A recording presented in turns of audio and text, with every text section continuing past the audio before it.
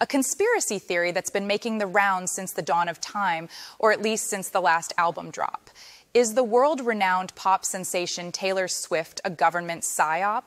A government psyop, or psychological operation, is a tactic used by governments to influence the emotions, beliefs, and behaviors of a target audience. These operations can involve spreading propaganda or disinformation to achieve specific goals, such as swaying public opinion or gaining support for a particular policy. In 2018, Taylor Swift broke her silence on political matters and publicly endorsed two Democratic candidates, Phil Bredesen for Senate and Jim Cooper for the U.S. House, in her home state of Tennessee. She also spoke out against Republican candidate Marsha Blackburn, citing Blackburn's voting record against women's and LGBTQ+ rights, driving a surge of over 65,000 new voter registrations in just 24 hours. Thankfully, that effort failed, and Republicans won in the state of Tennessee.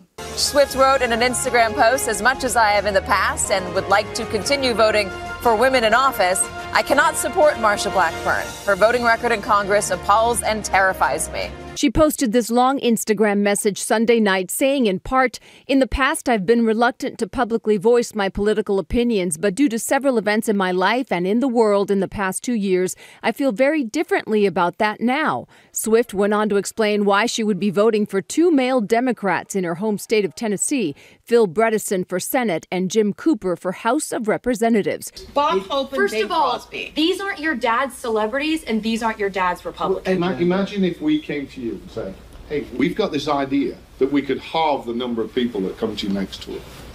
And the other thing, just from a security So you standpoint, think Taylor Swift comes out against Trump. I don't care if they write that. I'm sad that I didn't 2 years ago, but I can't change that. In 2019, Taylor Swift continued to talk about politics and released a song called "You Need to Calm Down." This song was a part of her 7th studio album, Lover, and it was a massive hit among the LGBTQ+ community. The lyrics are a powerful message against homophobia and a celebration of love and acceptance. Unfortunately, it led to the end of women's sports when men started to identify as women. So it's actually a real, love letter to the LGBTQ community. His part in it is I think, really beautiful. And so absolutely, there are several different. So many of my friends and loved ones in the LGBTQ community have to deal with people constantly, coming at them or judging them or, in a lot of cases in our government, depriving them of their rights. And so that was what I wanted to address in a big portion of the video. And then I also, in the end, wanted to address sort of a pageant as a metaphor for how successful women are pitted against each other in pop culture. In 2020, she made headlines once again by endorsing Joe Biden for president. In a social media post, she stated that under his leadership, she believed America had a chance to start the healing process it's so desperately needed. Unfortunately, Taylor Swift was wrong about that prediction. President Biden tanked the economy, and everyone is pissed off and even more divided than under President Trump. Pop megastar Taylor Swift told V Magazine Wednesday she is voting for the Democratic presidential nominee. Taylor said the U.S. needs a president who recognizes the needs of women, people of color, and LGBTQ community. And she said that people deserve leaders who take a global health crisis seriously. Trump supporter Laura Loomer is speculating that the Soros family might be paying Taylor Swift to be a government psyop to influence young voters to vote for Gavin Newsom in the 2024 election or any other candidate that runs in 2024. There's already speculation that Joe Biden might drop out of this year's presidential race. Michelle Obama expressed concerns over the unstoppable support of former President Trump, who is dominating Biden in the polls. The things that keep me up because you don't have control over them. Mm-hmm. And you wonder, where are we in this? Where are our hearts? What's going to happen in this next election? I am terrified about what could possibly happen because our leaders matter. Who we select, who speaks for us, who holds that bully pulpit, it affects us in ways that sometimes I think people take for granted.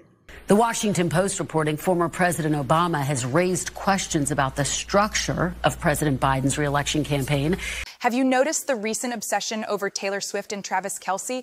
That's because the legacy media, also known as the dying press, has hired reporters dedicated to covering Taylor Swift topics. Laura Loomer also pointed out that Travis Kelce shows anti-American actions, such as the national anthem kneeling and Pfizer promotion, which lead to an estimate 9 million Americans losing their jobs because they didn't want to be experimental animals for a corporate pharmaceutical company. In the end, the legality of government psyops is a complex issue that depends on the specific actions taken, the country in question, and the laws governing those actions. As a wise human once said, the difference between a hero and a villain is often just a matter of perspective. So it's essential to stay informed and critically examine the information you come across. We came on after a football doubleheader. The big difference between the Golden Globes and the NFL, on the Golden Globes, we have fewer camera shots of Taylor Swift. I swear. There's just more to go to here. Sorry about that. So, can't she just like show that she's a good sport, right? I think she made the wrong move. I felt the same way. I thought, wow, if we needed any further proof that she has no sense of humor about herself, and this will be a revenge song in whatever her next magnum opus is. Oh, for the listening audience, she looked angry and she took a sip of her drink. Oh, yes. Yeah. Death glare. Death glare. I thought it was funny. Come on. Yes, come on. You're at the Golden Globes.